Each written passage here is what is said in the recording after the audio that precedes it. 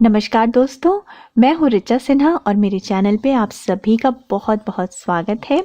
साल का पहला पर्व मकर संक्रांति आ चुका है और आप सभी को मकर संक्रांति की हार्दिक शुभकामनाएं। ये एक ऐसा पर्व है जो पूरे भारत में किसी न किसी रूप में ज़रूर मनाया जाता है।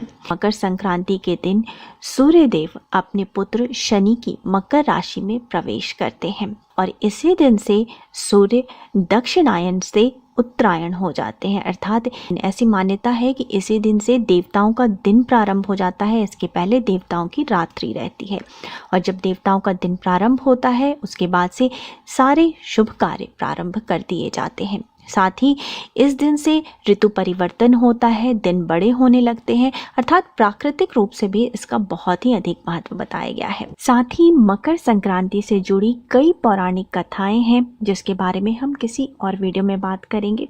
और इस वर्ष अर्थात 2024 में मकर संक्रांति मनाई जाएगी 15 जनवरी सोमवार के दिन।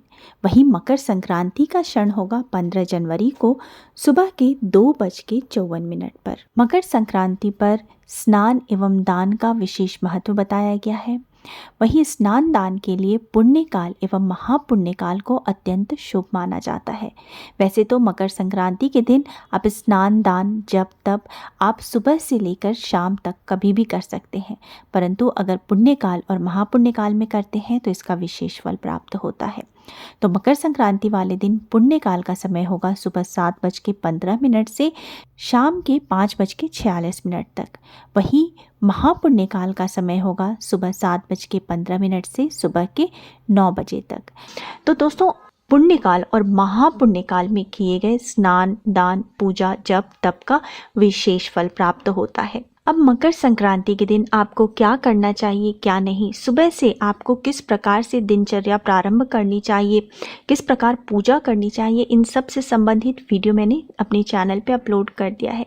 इस वीडियो में हम सिर्फ बात करने वाले हैं कि मकर संक्रांति के दिन आपको किन विशेष चीज़ों का दान करना चाहिए। जैसा कि मैंने बताया कि इस दिन से देवलोक के दरवाजे खुल जाते हैं और देवताओं का दिन प्रारंभ हो जाता है। इसलिए ऐसी मान्यता है कि इस दिन किए गए दान से जीवन में सुख समृद्धि की वृद्धि होती है, परेशानियों का अंत होता है।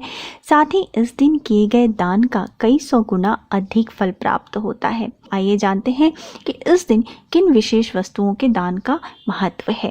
तो सबसे पहला नंबर आता है तिल का। मकर संक्रांति को शास्त्रों में तिल संक्रांति भी कहा जाता है और इस दिन तिल के दान का खास महत्व माना जाता है।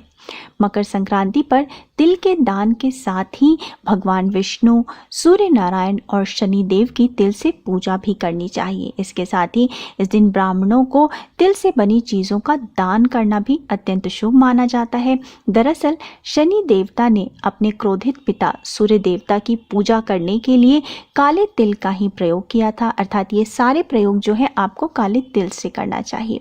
इससे प्रसन्न होकर सूर्य देव ने वरदान दिया कि जब भी वह मकर संक्रांति में आएंगे तो तिल से उनकी पूजा करने और तिल का दान करने से वे प्रसन्न होंगे। तो इस दिन तिल का दान करने से जो है शनि दोष भी का भी निवारण होता है और सूर्य देव भी प्रसन्न होते हैं।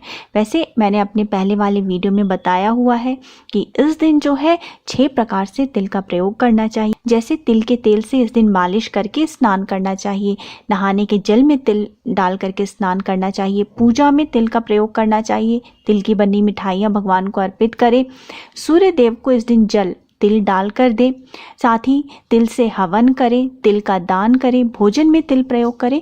तो जितना हो सके अधिक से अधिक इस दिन आपको तिल का इस दिन उपयोग करना चाहिए। इस समय सर्दियों का मौसम होता है और काला कंबल जो है के दान से शनि ग्रह की शांति होती है। तो मकर संक्रांति में जो है काले कंबल के दान का भी विशेष महत्व बताया गया है। वहीं इस दिन जो है गर्म ऊनी कपड़ों के दान का भी महत्व है। तो ये सारी चीज़ें आपको नई दान करनी है, पुराने घर में रखे हुए जो है वो चीज़ें आपको दान नहीं करनी है। अगर इस दिन आप नए कंबल, नए ऊनी वस्त्र दान करते हैं तो वो अत्यंत शुभ माना जाता है। ऐसे करने से राहु के अशुभ फल की समाप्ति होती है। वहीं दोस्तों, मकर संक्रांति के दिन जो है गुड़ के दान का भी बहुत महत्व है, क्योंकि गुड़ जो है वो गुरु ग्रह को अत्यंत प्रिय है। तो इस दिन अधिक से अधिक आपको गुड़ का दान भी करना चाहिए और खाने में भी गुड़ का प्रयोग ज़रूर करना चाहिए।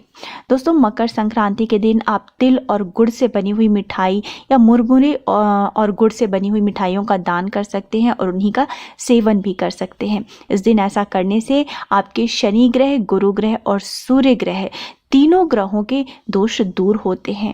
वहीं मकर संक्रांति के दिन खिचड़ी के दान का भी बहुत महत्व बताया गया है। आप सभी जानते होंगे कि कई जगहों पर इस पर्व को खिचड़ी नाम से भी जाना जाता है। इस दिन खिचड़ी खाने का विशेष महत्व है। उसी तरीके से इस दिन खिचड़ी के दान का भी विशेष महत्व है।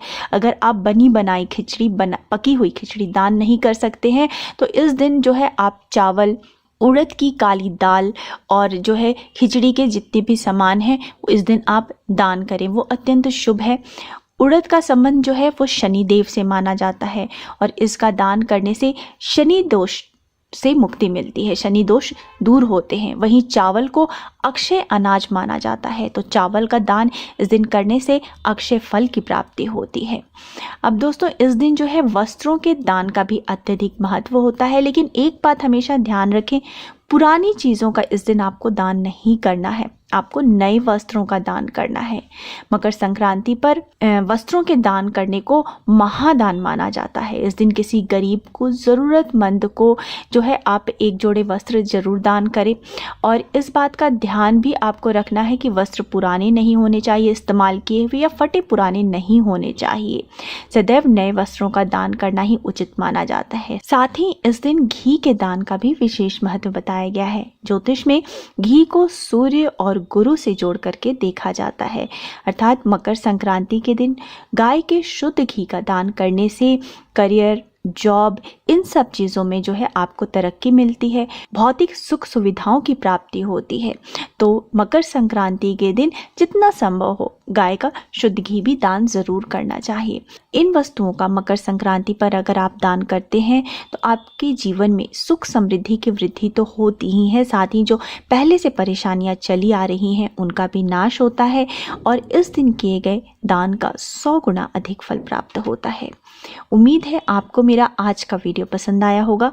वीडियो पसंद आया है तो वीडियो को लाइक ज़रूर कर दीजिएगा, परिवारजनों के साथ, दोस्तों के साथ शेयर कीजिएगा और मेरे चैनल को सब्सक्राइब करना मत भूलिएगा। मिलते हैं अगले वीडियो में, तब तक स्वस्थ रहिए, सुरक्षित रहिए और अपना बहुत बहुत ध्यान रखिए। जय माता दी।